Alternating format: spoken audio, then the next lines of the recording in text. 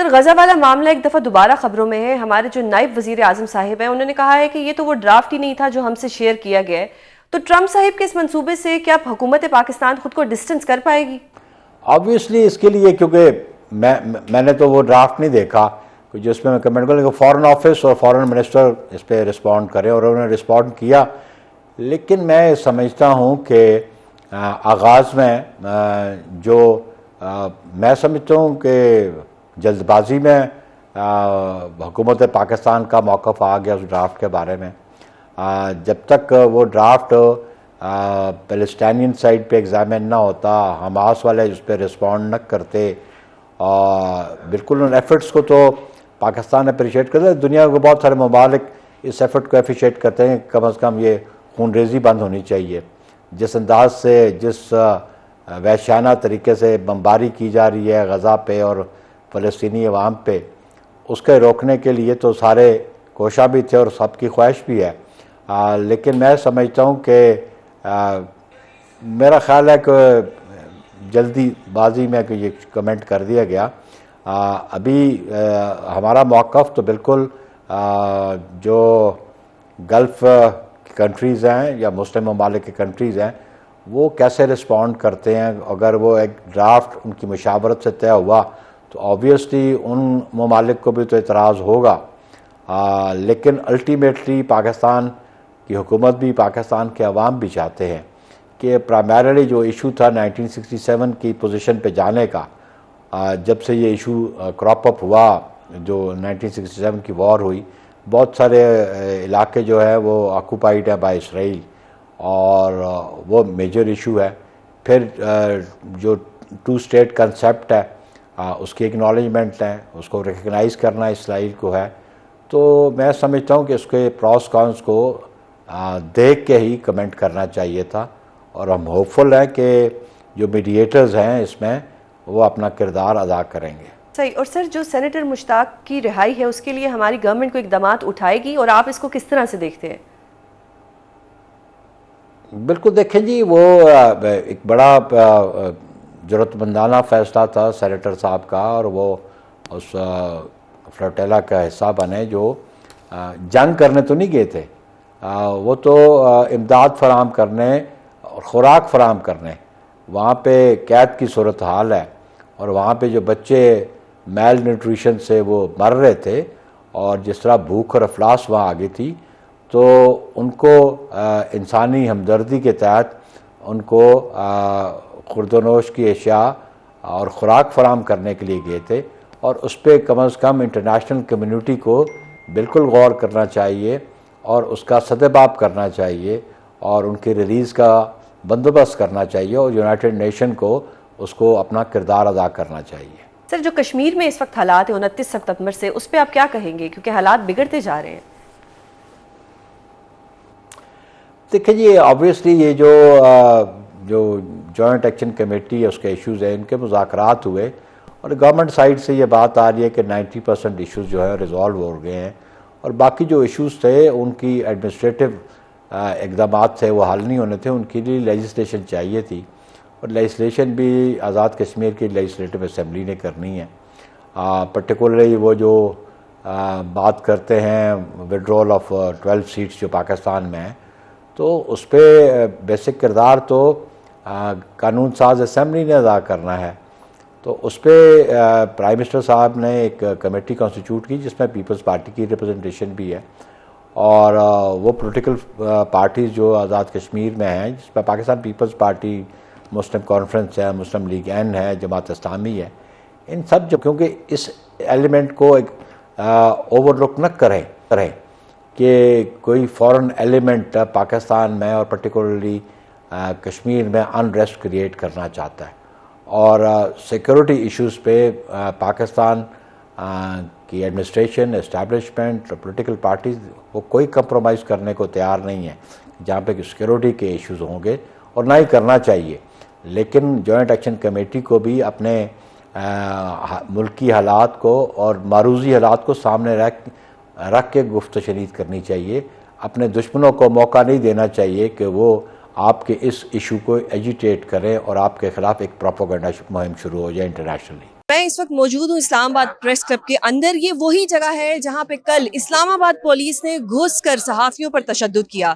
अमूमन यही एक कॉन्सेप्ट चलता आ रहा है, एक रिवायत चलती आ रही है कि जो पुलिस है वो कभी भी बार रूम्स में नहीं जा सकती, वो कभी भी कमरा अदालत में नहीं जा सकती, वो कभी भी प्रेस क्लब के अंदर नहीं जा सकती, वो कभी भी किसी वकील के चैम्बर में जाके कोई गिरफ्तारी नहीं कर सकती। लेकिन हमने देखा है कि जब से ये गवर्नमेंट आई है, या मैं जो भी कहूँ, ये पीका हम पे लगा है, सब कुछ हमारे साथ हो रहा है, सहाफ़ियों के साथ जितनी कदगने लग सकती थी सहाफ़ियों पर वो लग रही हैं। पहले पीका जैसा कानून आया और अब सहाफ़ियों को उनके घर के अंदर घुस के मारा जा रहा है। और आज जो आप मेरे पीछे एहतजाज देख रहे हैं, ये एहतजाज इसीलिए मुनक्किद किया गया है। हम आगे चलते हैं और बात करते हैं यहाँ दीगर सहाफ़ियों से कि ये जो सहाफ़ियों पर जुल्म हो रहा है कब तक होता रहेगा और ये कब रुकेगा। बहुत शुक्रिया सर। आप मुझे बताएं कि कोई आपके घर में घुस के आप पे हमला करता है, ये वही सहाफ़ी हैं जिन्होंने कल तक इंडिया का असली चेहरा दिखाया, पूरी दुनिया को, सब सुबह शाम जागते रहे, फुटेजेस करते रहे। अब यही सहाफ़ी जो सबको सच बताते हैं, आर्टिकल 9, आर्टिकल 14, आर्टिकल 19 कहाँ चला जाता है इस मुल्क में जब सहाफ़ियों की बात आती है? Thank you. देखिए, एक तो पूरी दुनिया में एक यूनिवर्सल लॉ है, अगर किसी मुल्ज़म के ख़िलाफ़ कत्ल का मुकदमा दर्ज हो और वो किसी वकील के चैम्बर में चला जाए, वो मुल्ज़म नामज़द होता है, लेकिन पुलिस किसी वकील के चैम्बर में जाकर उस मुल्ज़म को गिरफ्तार नहीं करती। वो बार के अंदर चला जाए, पुलिस बार के अंदर दाखिल नहीं होती। जब तक उसकी ज़मानत नहीं होती वो मुल्ज़म होता है। जब वो अपनी बेल दायर करता है तो उसको कमराए अदालत से पुलिस गिरफ्तार नहीं कर सकती। इसी तरह प्रेस क्लब को भी लोग पूरी दुनिया में यही मुकाम देते हैं कि अगर किसी के साथ रियासत ने जबर किया है, हुकूमत ने जबर किया है, किसी वडेरे ने जुल्म किया है, उसके खिलाफ कोई इक़दामात हो रहे हैं, तो वो आता है और दुनिया को बताता है प्रेस क्लब में आके कि भाई मेरे खिलाफ ये कार्रवाई इंतकामी कार्रवाई है, मेरे खिलाफ ये किस वजह से काम हो रहा है। इसलिए जब वो प्रेस क्लब में होता है, किसी भी प्रेस क्लब में, हमने मार्शल्ला के द्वार देखे, एमरजेंसी देखी, एमरजेंसी प्लस देखी, पुलिस बाहर खड़े होकर इंतजार करती है। लेकिन यहाँ कल तमाम चीज़ों के रिकॉर्ड तोड़ दिए गए। इसलिए हमने आज मुल्क भर में यौम स्याह मनाया। पाकिस्तान के छोटे शहर से लेकर बड़े शहर तक हर प्रेस क्लब ने एहतजाज किया, स्याह परचम लहराया।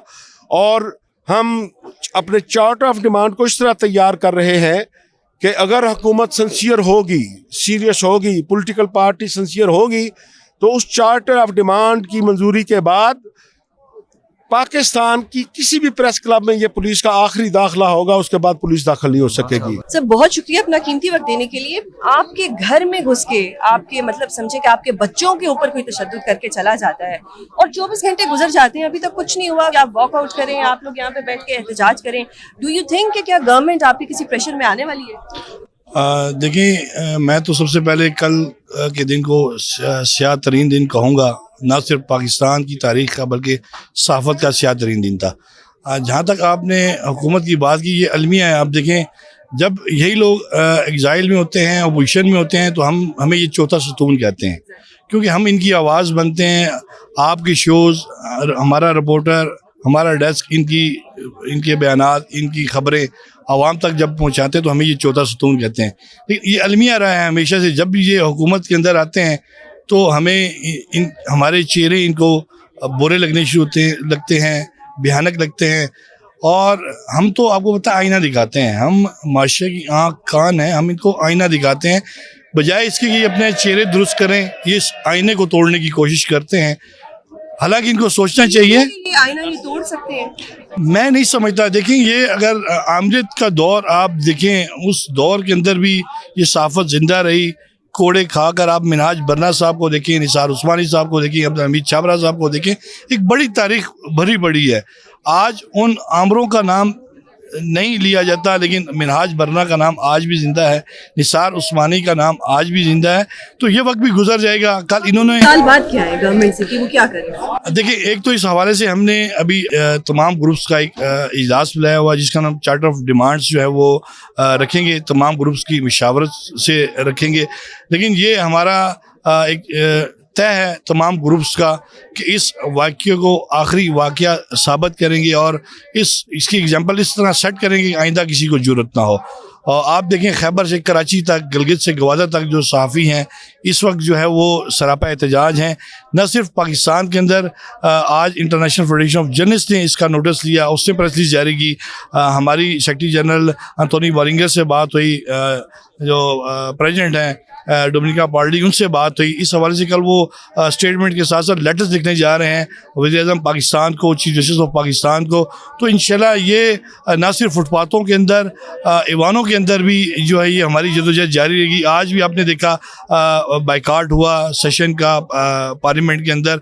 तो जब तक हमें इंसाफ नहीं मिलता, जब तक ये ट्रेंड सेट नहीं किया जाता, जब तक हमसे ये कमिट नहीं किया जाता कि आइंदा चाहे वो किसी तहसील सतह का प्रेस क्लब है, चाहे किसी डिस्ट्रिक्ट का प्रेस क्लब है, या चाहे किसी बड़े शहर का प्रेस क्लब है, उसको इनके लिए चाहे वो पुलिस है, इसके लिए नो गो एरिया नहीं बनाया जाता, हम उस वक्त तक जो है वो चैन से नहीं बैठेंगे।